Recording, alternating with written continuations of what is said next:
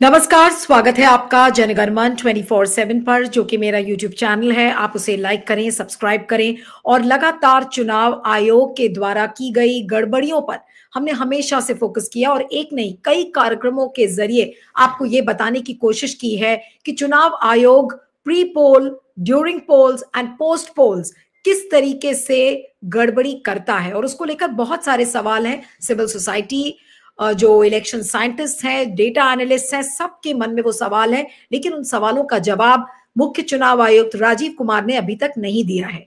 अब वो अपने चुनाव महाघोटाले पर पर्दा डालने के लिए क्या कह रहे हैं। अभी जो खबर आई है कि महाराष्ट्र की जो 288 विधानसभा सीटें थी, वहां पर वीवीपैट स्लिप्स की मिलान कराई गई है और उस वीवीपैट स्लिप्स में कोई भी गड़बड़ी नहीं पाई गई है। और इसी को लेकर अब चुनाव आयोग बहुत चौड़ा हो गया है और चौड़ा होकर ये कह रहा है कि देखिए, ये सबसे इंपॉर्टेंट प्रोसीजर था वीवीपैट स्लिप्स की काउंटिंग का, और उसको हमने पुख्ता तरीके से कर दिया है, और उसमें जब कोई गड़बड़ी नहीं है तो ये सब फिजूल के सवाल आप लोग क्यों खड़े कर रहे हैं।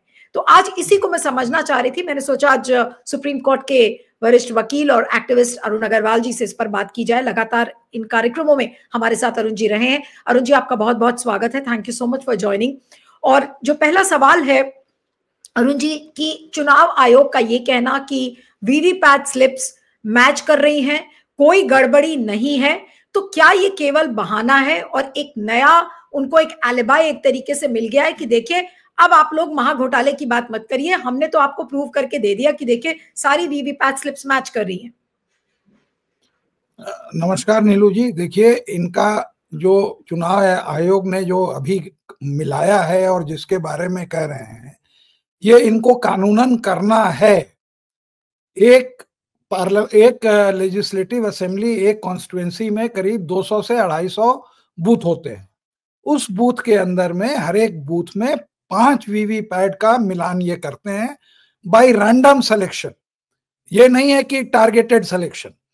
तो अगर मान ले घपला भी है तो बहुत कम चांस है कि वो वीवीपैट उठाया जाएगा जिसमें कि वो घपला मिला, क्योंकि ज्यादा घपला जो है आज के तारीख में 95% घपला जो है ये नॉन ईवीएम रिलेटेड घपला है, और वो हर जगह पे है। मतलब कि वो मशीन में जो मेन घपला है वो नहीं है, वो घपला तो ह्यूमन के थ्रू होता है। मशीन तो वैसी की वैसी है, उसको ऑपरेट करने वाला ही ना घपला करता है। तो वो जो ह्यूमन एलिमेंट है वो उसकी एक बहुत इनके एक चेन बनी हुई है। तो वो देखिए ह्यूमन एलिमेंट कैसे आता है, ऑपरेशनलाइज किया जाता है। सबसे पहले तो जो चीफ इलेक्शन कमिश्नर हो या इलेक्शन कमिश्नर हो, उसके चुनाव से ही ये ह्यूमन एलिमेंट को चेंज किया जाता है। तो ये जो सबसे लॉयलिस्ट होते हैं, जो सबसे ज्यादा घपला करने को तैयार होते हैं, उन्हीं को चुनाव आयोग में चीफ इलेक्शन कमिश्नर बनाया जाता है। अगर गलती से इधर उधर का कोई आ गया, जैसे लवासा आ गए या जैसे गोयल आ गए, जो कि इनके चुनने के बावजूद इनसे जो है एक एरर हो गई जजमेंट में, कि उन्होंने ये सोचा कि ये 100% जो है हमारे घपले को मान लेंगे, लेकिन उन लोगों की भी एक कॉन्शियस थी। 10, 20, 30% जो ये लोग अनदेखी कर सकते थे वो करने को तैयार थे, लेकिन उसके आगे जब नहीं करने को तैयार थे तो एक ने डिसेंट नोट डाला और दूसरे ने तो जो है आउट ऑफ द वे उसका अपॉइंटमेंट हुआ, वो रिजाइन कर दिया। तो एक को तो इन्होंने एग्जीक्यूटिव डायरेक्टर बना दिया एडी बैंक में, जिसमें कि लवासा को, जिसमें कि $1 की सैलरी मिलती है। तो जो आपने पूरे कार्यक्रम में आईएएस में नहीं कमाए, उससे ज्यादा आपने कमा लिए इस पोजीशन जो आपने, जिससे आपने रिजाइन किया, उसके बाद जो आपको पोजीशन मिली उससे आपने कमा लिया। और दूसरे को उन्होंने एम्बेसडर बना दिया एक बड़ी अच्छी जगह, जो भी मतलब आप समझिए कि टैक्स हेवन है, तो वो वहां चले गए। तो ये सब कोइंसिडेंट नहीं है।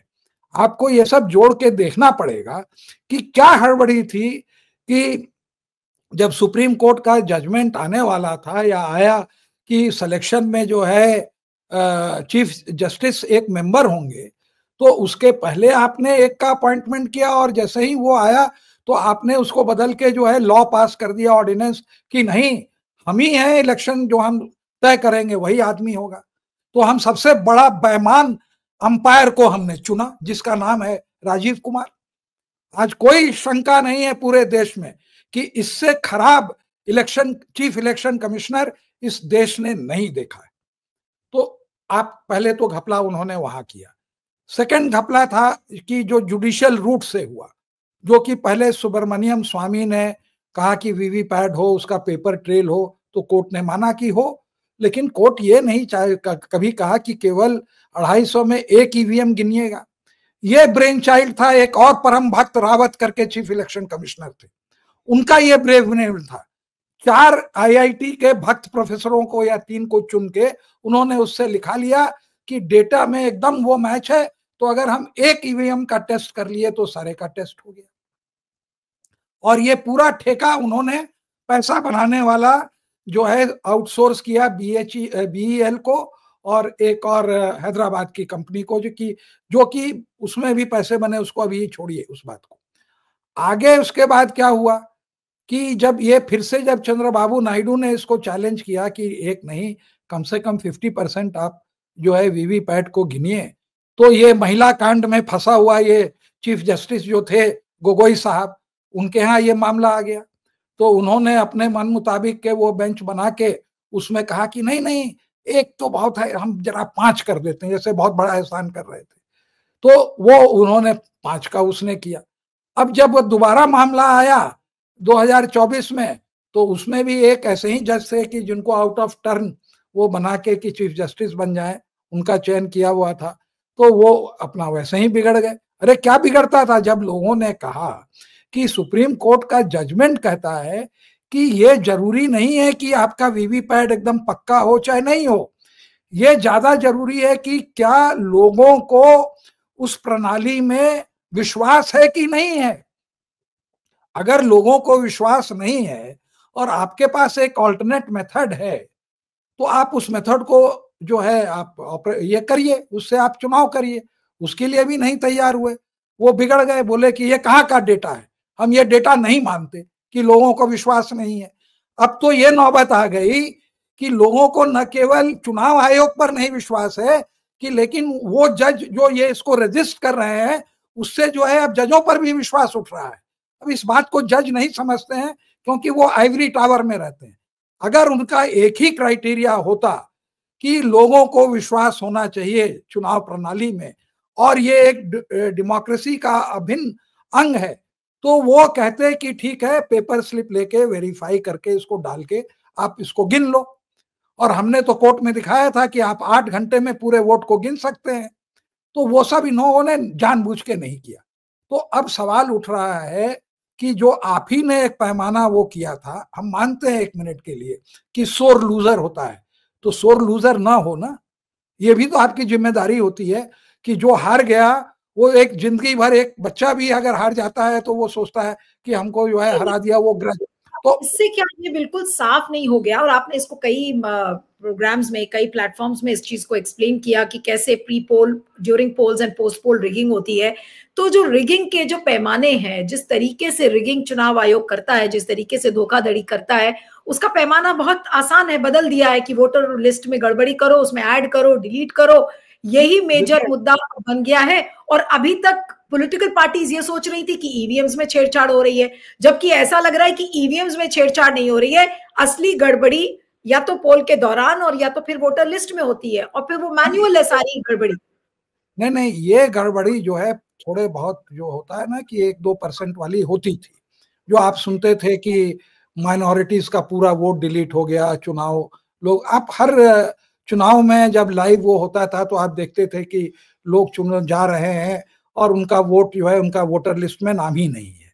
अभी एक में तो वो आशुतोष जो कैंडिडेट थे आपके, तो उन्हीं का ही वोट डिलीट कर दिया गया था। तो थोड़ी बहुत होती थी वो जो है, तो दाल में थोड़ी नमक डालते थे। अब तो ये पूरे ही उसको ये कर, तो जब इनका डेस्परेशन हुआ तो ये परसेंटेज इन्होंने थोड़ा लोकसभा से चालू किया मैनिपुलेट करना, और मध्य प्रदेश और हरियाणा और महाराष्ट्र, यहाँ पे इन्होंने जो है पूरा उसको इतना ज्यादा कर गया कि वो जो है पकड़ा गए। पहले उतने ही में करते थे बिलो द रेडार। जब इन्होंने 5% वोट डिलीट कर दिए और फॉर्म 7 के थ्रू, और जो वो सपोर्टर थे, तो 5% में तो चुनाव इधर से उधर हो जाता है। आप किसी भी आप सेफोलॉजिस्ट को दीजिए, तो जहां पर आप देखते हैं कि बराबर के नंबर आए, तो उसी में परसेंटेज में आप देखते हैं कि 30 सीटें 32 सीटें जो है एमपी के चुनाव में जो है एक तरफ मिला और भाजपा के अलाइज को जो है उससे कम मिला। जब 5% कर देंगे तो पूरा चुनाव ही बदल जाएगा। तो ये जो चुनाव आयोग ने ये जो हक दिया कि आप एक कोई भी आदमी दूसरे का, मैं आपका वोट कटवा दूं, ये कैसे हो सकता है? ये इसको क्या सही आज तक चुनाव आयोग आके इस बात को डिफेंड किया? और उसमें चुनाव आयोग एकदम मिला हुआ है, क्योंकि वो वोट काटा जाता है जो इलेक्टरल ऑफिसर होता है उसके दस्तखत से काटा जाता है। हमने अर्जी डाली कि आपका काट दिया जाए, वो काट दिए, और आपका घर वहीं है, बगल में बैठे हैं। दूसरे ने डाली, आपने उसका नहीं माना क्योंकि आप मिले हुए हैं। और पहले तो किसी को ये हक कैसे दिया गया? तो सबसे बड़ा तो घपला चुनाव आयोग ने किया कि एक थर्ड पार्टी को ये राइट दिया गया कि दूसरे का आप वोट कटवा दो, जो कि बहुत पैमाने पर भाजपा वालों ने पैसा खर्च करके कटवाया है। मैं इस बात का एलिगेशन लगा रहा हूं कि उन्होंने घूस दी चुनाव आयोग के प्रतिनिधि को और वोट कटवाया, और इस बार वो अति कर गए।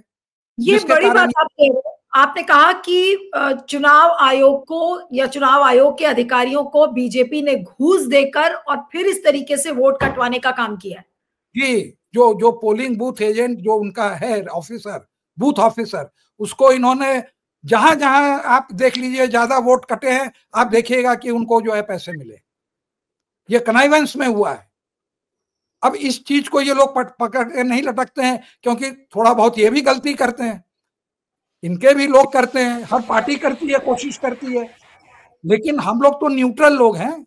हम लोगों का तो एक ही वो है, गोल है कि चुनाव जो है वो निष्पक्ष हो। तो हम लोग तो दोनों पार्टी को कहते हैं। अब मनु सिंघवी ने एक थ्रेशोल्ड रख लिया 200। क्यों 200 रखा? उनको कहना चाहिए था कि कोई भी आदमी 5 वोट से ज्यादा कटवाया हो, उस आदमी का नाम और उसके ऊपर FIR हो, बाद में इन्वेस्टिगेशन के बाद हो कि उसने सही किया। कोई भी आदमी, किसको फुर्सत है आज की दुनिया में कि अपना वोट तो हम इंक्लूड करा नहीं सकते, हम दूसरा को कटवाएं? ऑब्वियसली ये सब मनी गेम है। तो इस चीज को ये जानबूझ के एड्रेस नहीं कर रहे हैं, इसका ये डेटा नहीं दे रहे हैं जानबूझ के। फिर आधार कार्ड का इन्होंने गड़बड़ी वो चालू करी कि कहीं से भी करके, तो अब वोटर एडिशन भी कर दिया, जिस कारण से ये देखा गया कि इस बार महाराष्ट्र में 75 लाख जो है ज्यादा वोट आए, और उसमें भी कुछ बदले गए, उसको भी जोड़ दीजिएगा जो डिलीट कराए और वो किए, तो करीब 1 करोड़ की फिगर हो जाएगी। ये सारे को बैठ के चुनाव आयोग को एक एक बूथ वाइज इसका एक्सप्लेनेशन देना चाहिए। अगर नहीं देते हैं तो इसका मतलब है कि ये दोनों के दोनों गिल्टी हैं। कौन गिल्टी है? स्टेट कमीशन, वहां की सरकार, और प्लस चुनाव आयोग, क्योंकि वो इसको इंक्वायर करना ही नहीं चाह रहा है। ये जो massive poll rigging pre poll हुई, इसी में पोल को इन्होंने डिटरमिन कर लिया, और इसीलिए आप देखते हैं कि हरियाणा में वो कह दिए कि सारा बंदोबस्त कर लिया। और यही काम हुआ जो है महाराष्ट्र में, कि वो तो पोल के पहले इन्होंने घपला किया, लिस्ट बन गई, अब ये निश्चिंत हैं कि वोट तो हम ही को, हमने उनके सपोर्टर के वोट काटे और अपने वोट जोड़ लिए। ये बात आपने नहीं वेरीफाई किया। क्यों?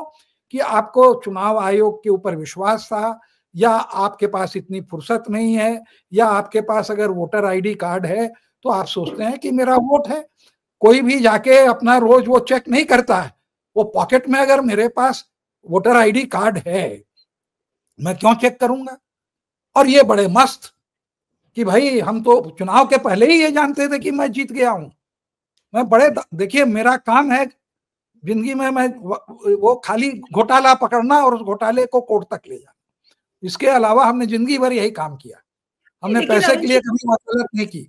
तो हमारा ये कहना है कि ये घोटाला, ये मेन घोटाला है, और ये साइंटिफिक घोटाला है।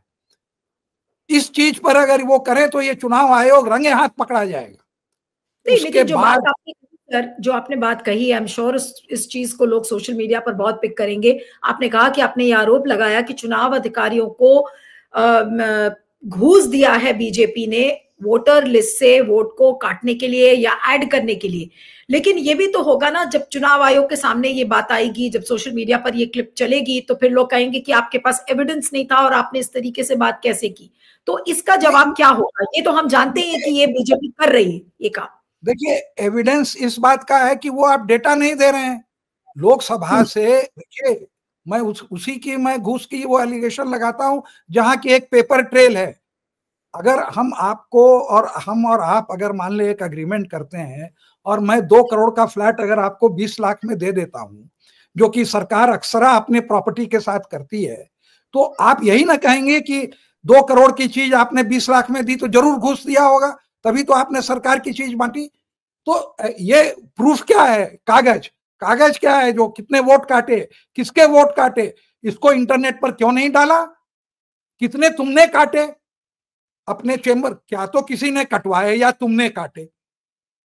तो जिसने काटे उसका नाम और वो तो दो ना, क्यों काटे, जिसका काटा और जिसने कटवाया, ये आप डिटेल दे दो। तो हम तो कहेंगे कि भाई बीजेपी के पास अफराद 2 नंबर का पैसा है, सबके सब एक से एक बेईमान है, पैसे से इलेक्शन डिटरमिन होता है, ये बात तो कोर्ट ने इलेक्ट्रल बॉन्ड में कह दी ना। तो उस पैसे से आपने खरीदा, कौन सी बड़ी बात है?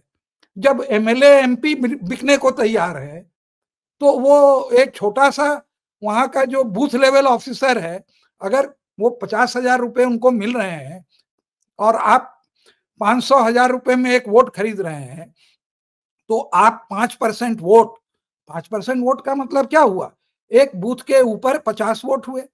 वो 50 वोट के लिए अगर आपने उनको 500 रुपए दे दिए तो 25,000 हुए, उसमें आपने वो कॉन्स्टिट्यूएंसी जीत ली और फिर आपने वोटर एडिशन किया। तो ये बात समझने की है कि ये पूरा पैसे का खेल है और ये आंकड़ा ये कभी नहीं देंगे। दूसरा, जो ये गड़बड़ करते हैं कि जब पोलिंग बंद हो गई उसके बाद वोट छापते हैं, मिला लेते हैं दूसरे वाले के पोलिंग एजेंट को, अरे तू भी ले ले, तू भी ले ले, तू जा, हम 50 वोट हम इसमें और डाल लेते हैं। तो ये देखा गया कि औसत 72 वोट डाला गया। इसीलिए वो डेटा जो है जैसे ही बंद होता है 3 डिजिट का हमको ये बतावें कि कौन सा ऐसा रीजन है जहां की मोबाइल, जो कौन से बूथ पर मोबाइल नहीं चल रहा था, जो ये 11 बजे के तक वो डेटा रिवाइज कर रहे हैं और 11 बजे के बाद दूसरे दिन भी रिवाइज करके 7% वोट का इजाफा करते हैं। ये सारा मैनिपुलेशन है, ये पैसे का मैनिपुलेशन है। हर फॉर्म आपको मिल जाएगा, फॉर्म तो देते ही नहीं है, फिर दिए तो एक दो को जो है बाद में उसको वो ठीक कर लिया और वो सील किया 11 बजे तक। 11 बजे में जो है 6 बजे बंद हुआ, उतने वोट उधर के मिला के। अब ये टारगेटेड रिंगिंग हो रही है, पैसे का बड़ा एफिशिएंट यूटिलाइजेशन हो रहा है। अगर हम यहाँ पर अगर अपना वोट छाप रहे हैं तो पक्का छाप रहे हैं, जिसने वोट नहीं दिया वो सबका हमने जो है 5-10 तरह के अंगूठा मारा और पैर का भी अंगूठा मारा और वो सब करके अपना वोट आईडी नंबर तो मोडस ऑपरेंडाई है, पूरा जो मोडस ऑपरेंडाई है, कैश दो और वोट की छपाई करो, पैसे दो और वोट की छपाई करो। इसीलिए ये वीडियो नहीं अवेलेबल करते हैं, इसीलिए ये नहीं बताते हैं कि पोल बंद होने के बाद कौन कौन वोट दिया। इसका अगर ये उजागर करें और वो लिस्ट दे तब ये पकड़ाएंगे, क्योंकि अगर वो पोल बंद होने के बाद जिन लोगों ने वोट दिया और पता चला कि वो आदमी उस कॉन्स्टिट्यूएंसी में नहीं था, तो इस और आपने पाया कि 80% वो सारे वोट चले गए भाजपा को, तो इसका क्या मतलब हुआ? ऑब्वियसली ईवीएम और उसके पेपर वोट तो मिलेंगे ही, क्योंकि आपने रिगिंग जो है उसके पहले और बाद की, क्यों नहीं मिलेंगे? उसी तरह से अगर आपने बदल दिया, पूरी मशीन को ही बदल दी, ईवीएम वो भी बदल दिया, क्या कहते हैं जो वीवी स्लिप है तो वो भी मैच करेगा। तो जहां जहां प्री पोल, पोस्ट पोल और आफ्टर द पोल घपला होता है, वो सारे का इनके पास है, सिस्टम है, वीडियो होगी, करते नहीं। 24 आवर्स विजिलेंस रहेगा, वो पता चला 2 घंटे ऑफ किया, वैन लगाया, इधर से इधर जल्दी जल्दी बदल दो। तो ये सारी चीजें अगर आप देखेंगे तो ये लगेगा कि ये एक इन्होंने इस पर एफिशिएंसी और मास्टरी कर ली। और जो मेन घपला है वो सिंबल लोडिंग यूनिट से होता है, जिसके अंदर में वो ट्रोजन लगा देते हैं, जिसके क्या पता सुप्रीम कोर्ट ने उसका वेरिफिकेशन सील करने को तो अलाउ कर दिया, और ये स्पेसिफिकली नहीं लिखा कि ये इसका कोड या पूरा वेरीफाई होगा, उससे एकदम चोरी पकड़ी जाएगी। तो उससे क्या लगता है कि सुप्रीम कोर्ट जो है इतनी बात समझ के एसएल सिंबल लोडिंग यूनिट, पहले क्या होता था कि जो बैलेट यूनिट होता था उस पर एक कागज डाल दिया जाता था, तो 1 2 3 4 जैसे भी रहता था वैसे ही वहां पर वोट आता था, और उससे आप पकड़ते थे कि ये किसको किसको वोट मिला। तो मशीन को मालूम ही नहीं था कि कौन से कैंडिडेट का कौन सा नंबर है। ये जो वीवीपैट आया तो उससे अब मशीन को पता चल गया कि किस नंबर पर कौन कैंडिडेट है। ये जब पता चलने के बाद अब ये जो कह रहे हैं कि ये कैलकुलेटर वाली बात अब नहीं रही, अब ये रही कि आप कहीं भी घपला कर सकते हैं। तो ये सब चीजें जो है लोग कह रहे हैं, लोग एजिटेटेड हैं, इस तरह से अगर आप इलेक्शन की चोरी करोगे तो लोग तो हल्ला करेंगे ही। और ये घपला जो है, अभी इन्होंने अपना जो डेटा दिया है ये कोई एहसान नहीं किया। ये मनिंदर सिंह ने कोर्ट में कहा कि 1000 ईवीएम जो है हम लोग 1 लाख ईवीएम हमने वेरीफाई की, एक केस में छोड़ के कहीं गलती नहीं मिली। तो मिलेगी भी नहीं, क्योंकि उस समय कोई रहता भी नहीं है, अगर रहता भी है तो कह देते हैं अच्छा ये गलती हो गई वो गलती हो गई।